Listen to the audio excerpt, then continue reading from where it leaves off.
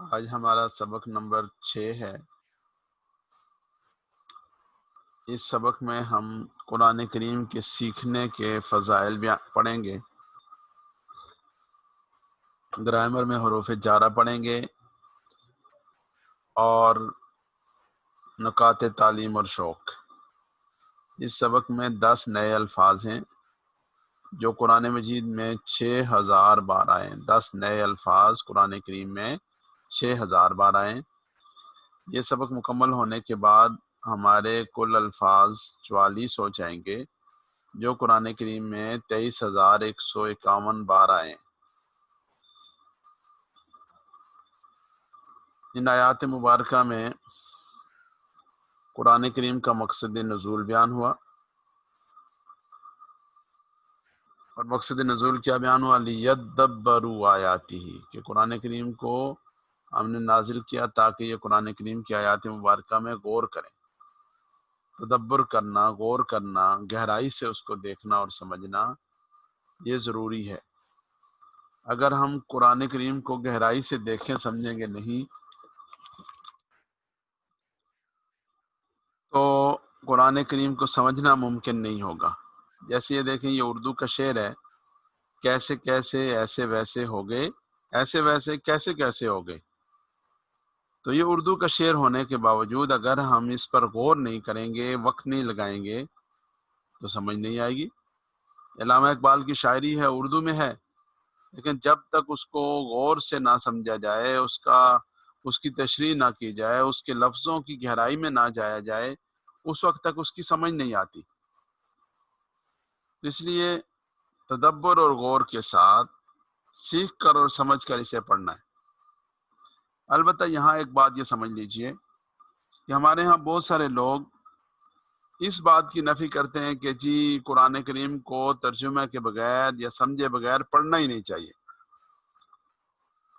تو یاد رکھیے کہ قرآن کریم کے پڑھنے کا جو ثواب ہے وہ اپنی جگہ ہے،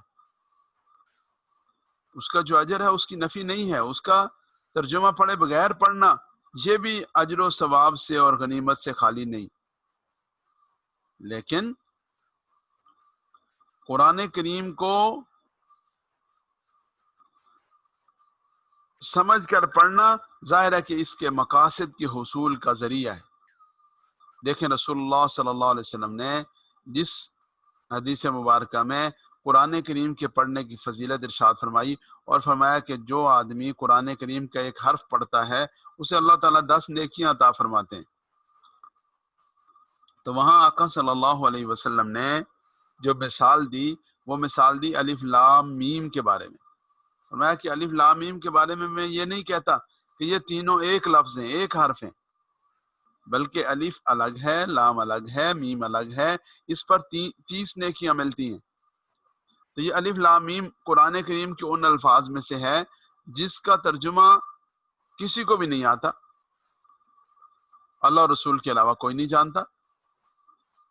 تو جب رسول اللہ صلی اللہ علیہ وسلم نے مثال ہی ایسی دی کہ جس کا ترجمہ کوئی نہیں جانتا، تو معلوم یہ ہوا کہ ترجمہ جاننا ثواب کے لیے ضروری نہیں ہے۔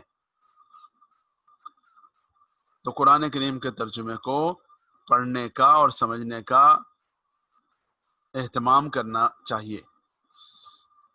اعوذ باللہ من الشیطان الرجیم وَلَقَدْ يَسَّرْنَا الْقُرْآنَ لِلذِّكْرِ، وَلَقَدْ البتہ تحقیق، یسرنا ہم نے آسان کیا۔ یہ جو قد کا لفظ آیا اس کی وضاحت ہو رہی ہے کہ قامت الصلاۃ کا معنی ہے نماز کھڑی ہو گئی۔ قد قامت الصلاۃ، نماز کھڑی ہو چکی، یعنی یقینی بات ہے، پکی بات ہے۔ تو لام یہ بھی تاکید کے لیے آتا ہے، انڈیڈ کے معنی میں آتا ہے، البتہ یقیناً تاکید کے لیے، اور قد تحقیق ہو چکا، قد تحقیق ہو چکا، آلریڈی ہو چکا، یعنی یہ کام پہلے وقوع پذیر ہو چکا۔ تو یہ دونوں لفظ تاکید کے لیے آتے ہیں۔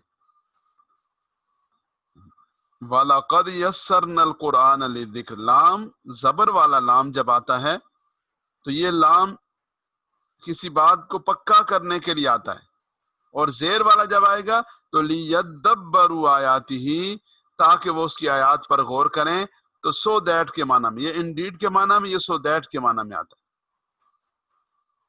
تو یہ لام کے دو الگ الگ معنی بیان کیے. لام زبر لا، البتہ، وَلَقَدْ يَسَّرْنَا الْقُرْآنَ، لام زیر لی تاکہ، سو دیٹ، لِيَدَّبَّرُوا آیاتہ، تاکہ وہ اس کی آیات پر غور کریں. یسرنا، ہم نے آسان کیا. دو لفظ استعمال ہوتے ہیں، یسر، یسر کا معنی آسانی، اور عسر کا معنی مشکل. عسر کا معنی مشکل. جیسے فرمایا ان مع العسر یسرا، کہ تنگی کے ساتھ آسانی ہے. القرآن، قرآن کو، للذکر، ذکر کے لیے، نصیحت کے لیے. تو یسر آسانی، یسرنا ہم نے آسان کیا، القرآن قرآن کو، یعنی بہت زیادہ پڑھے جانے والے کلام کو، للذکر نصیحت کے لیے. ذکر کا معنی یاد کرنا، ذکر کا معنی سمجھنا اور نصیحت حاصل کرنا. تو قرآن کریم حفظ کرنے کے لیے، یاد کرنے کے لیے، سمجھنے کے لیے، نصیحت حاصل کرنے کے لیے اللہ نے آسان فرما دیا. لیکن فتوے دینے کے لیے، احکام نکالنے کے لیے یہ آسان نہیں ہے. اس لیے پہلے دن ہی چند آیات مبارکہ کا اردو ترجمہ کر کے اجتہاد کے منصب پر فائز نہیں ہو جانا چاہیے. تو وَلَقَدْ يَسَّرْنَا الْقُرْآنَ لِلذِّكْرِ، ہم نے قرآن کو نصیحت حاصل کرنے کے لیے آسان کیا.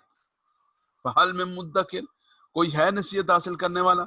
تو یہ پکار اللہ کی طرف سے آ رہی ہے.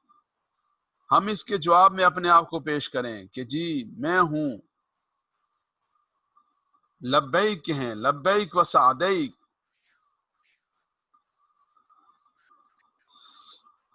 دوسری نمبر 2 یہ حدیث مبارکہ ذکر کی، خیرکم، تم میں سے بہتر وہ ہے، من تعلم القرآن وعلم، جو قرآن کو سیکھے اور سکھائے. الحمدللہ ہم قرآن کریم کے سیکھنے اور سکھانے کے اس عمل میں شامل. خیرکم، تم میں سے بہترین، تم میں سے اچھا. من، وہ جو کہ، یہ جو من کا لفظ ہے یہ دو الگ الگ معنوں کے لیے آتا ہے. من ربک، تمہارا رب کون ہے، تمہارا رب کون ہے. من ربک، تمہارا رب کون ہے. من ربک، تمہارا رب کون ہے.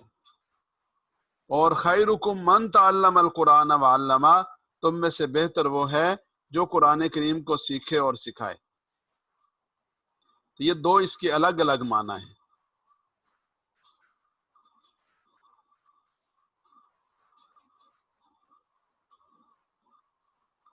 الگ الگ معنی ہیں.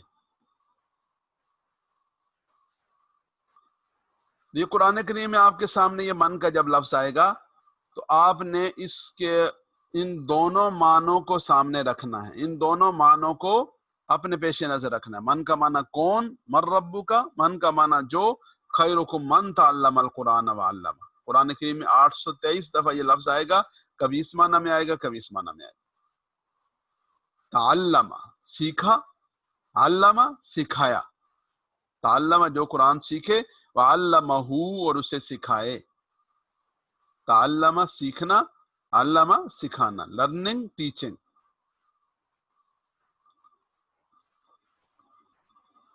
تو خیرکم، تم میں سے بہتر وہ ہے، من تعلم القرآن، جو قرآن کریم کو سیکھے، وعلمہ اور آگے اس کو سکھائے. تیسری چیز ہے انما الاعمال بالنیات، اعمال کا دار و مدار نیتوں پر ہے. اعمال کا دار و مدار نیتوں پر ہے. انما، بس بات صرف اتنی ہے، انما بس صرف، یعنی بات صرف اتنی ہے کہ اعمال کا دار و مدار نیتوں پر، یعنی اعمال کا دار و مدار تو بس نیتوں پر ہے. عمل واحد ہے، اعمال اس کی جمع ہے. نیت واحد ہے، نیات اس کی جمع ہے. انما الاعمال بالنیات، اعمال کا دار و مدار نیتوں پر ہے. تو یہاں پر نیت واضح ہو کہ میں اللہ کو راضی کرنے کے لیے کر رہا ہوں، اللہ کی خوشنودی کا حصول، یہ میرا مقصد ہے۔ تو الفاظ کو جب ہم مثالوں کے ذریعے سے سیکھیں گے تو اس کا یہ فائدہ ہوتا ہے کہ اس کے معنی جلدی یاد ہوتے ہیں، جب ضرورت پیش آتی ہے جلدی یاد آتے ہیں اور واضح ہو جاتا ہے، ایک دوسرے میں مکس نہیں ہوتا۔ تو یہاں یہ جو ان ہے، اس ان کا کیا معنی ہے جی؟ بتائیں گے بلال آئی فون صاحب جی۔ بلال، ان کا کیا معنی؟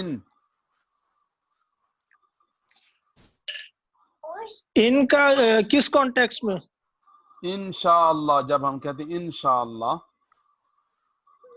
اللہ کی مدد اگر شامل ہے۔ انشاءاللہ اگر اللہ نے چاہا، اگر شاء اللہ اللہ نے چاہا، یہ ان ہے، جی ان کا معنی انشاءاللہ اگر اللہ چاہے۔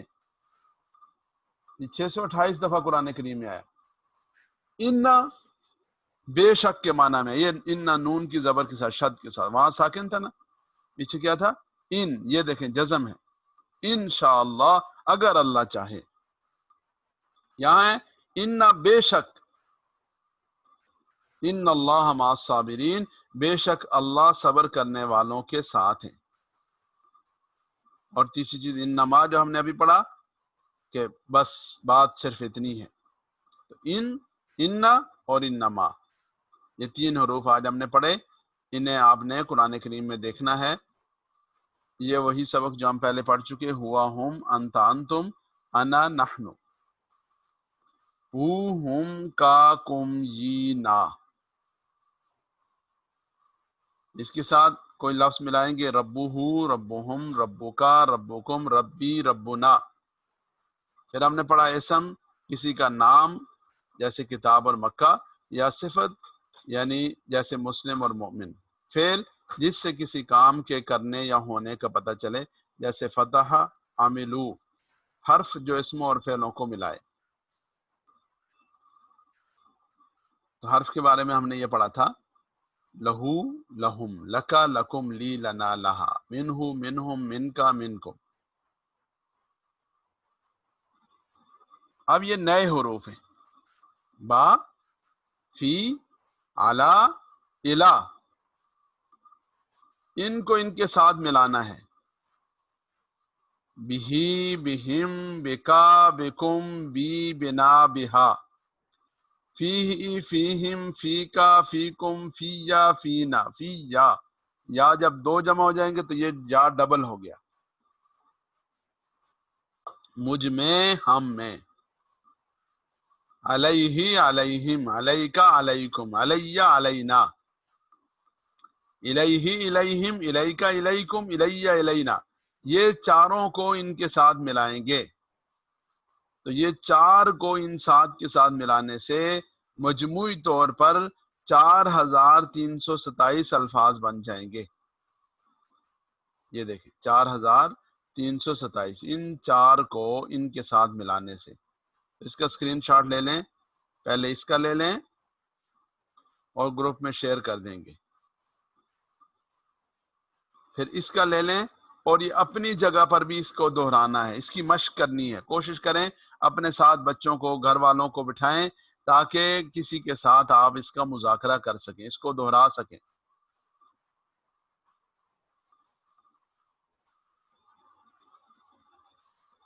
بسم اللہ الرحمن الرحیم، یہ بات جو ہم نے پڑھا، بسم اللہ الرحمن الرحیم، اس سے، ان سب سے، بکا آپ سے، بکم آپ سب سے۔ اس کا اسکرین شاٹ لے لیں، 510 دفعہ یہ با کا استعمال ہوا، یہ بہی، بہم، بکا، بکم، بی، بنا، بہا، 510 دفعہ آیا قرآن کریم۔ یہ ہے فی سبیل اللہ، فی ہی، فیہم، فیکا، فیکم، فیا، فینا، فیہا، 1658 بار آیا یہ قرآن کریم۔ السلام علیکم، سلامتی ہو تم پر، تو علیہ، علیہم، علیکا، علیکم، علیہ، علینا، علیہا، یہ 1423 دفعہ آیا۔ انا للہ و انا الیہ راجعون، الہ کا معنی ہوتا ہے طرف، یہ الیہ الیہ الیہم الیکا الیکم الیہ الینا الیہا، الا طرف کے لیے بولا جاتا ہے. یہ ان ساروں کا چارٹ آ گیا اکٹھا مجموعی طور پر. اللہ اکبر کبیرہ. تو یہ ہمارا آج کا سبق تھا. اب اس سبق کی روشنی میں ہم دیکھتے ہیں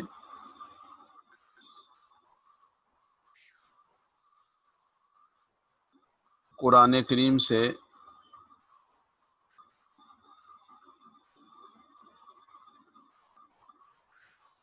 قرآن کریم کی کسی جگہ سے ہم آیات مبارکہ پڑھیں گے. یہ دیکھیں، یہ آپ کے سامنے آیا الہ. الہ کا لفظ ہم نے پڑھا، من کا پڑھا تھا. من آمن منہم باللہ والیوم الآخر. تو اس آیت مبارکہ کا ترجمہ کریں گے طاہر صاحب. جی طاہر حسین صاحب، آپ اس کا ترجمہ کیجئے. من آمن منہم باللہ والیوم الآخر.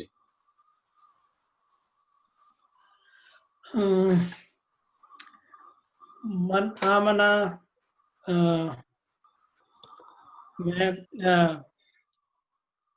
من آمن، جو من ابھی جو آپ نے پڑھا نا، من کا من کون کے اس میں آئے گا کانٹیکس میں؟ من نہیں، آمنا ایمان. ایک منٹ.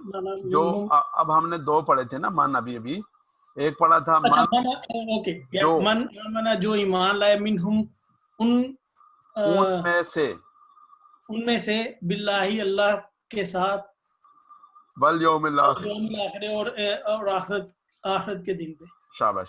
تو من آمنا جو ایمان لایا، منہم ان میں سے، باللہ اللہ پر، والیوم الآخر اور آخرت کے دن پر. تو یہ من ہم نے پڑھا تھا جو کے معنی میں اور کون کے معنی میں. تو دیکھیں جس دن ہم پڑھیں گے نا، اس دن ہمیں ہو سکتا ہے کہ وہ نہ سمجھ آئے، لیکن جیسے جیسے ہم اسے دہراتے رہیں گے، اپنے سامنے رکھیں گے، تو ایسے ایسے ہمیں اس کا معنی و مفہوم سمجھنے میں آسانی ہو جائے گی. تو من آمن منہم باللہ والیوم الآخر، ماشاءاللہ اس کا آپ نے ترجمہ کیا. جی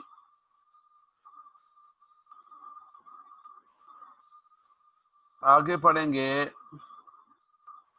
بلال بھائی آپ پڑھیے. انکا انت التواب الرحیم، اس کا ترجمہ کیجیے. انکا بے شک، انت نہیں، کا کیا معنی ہے؟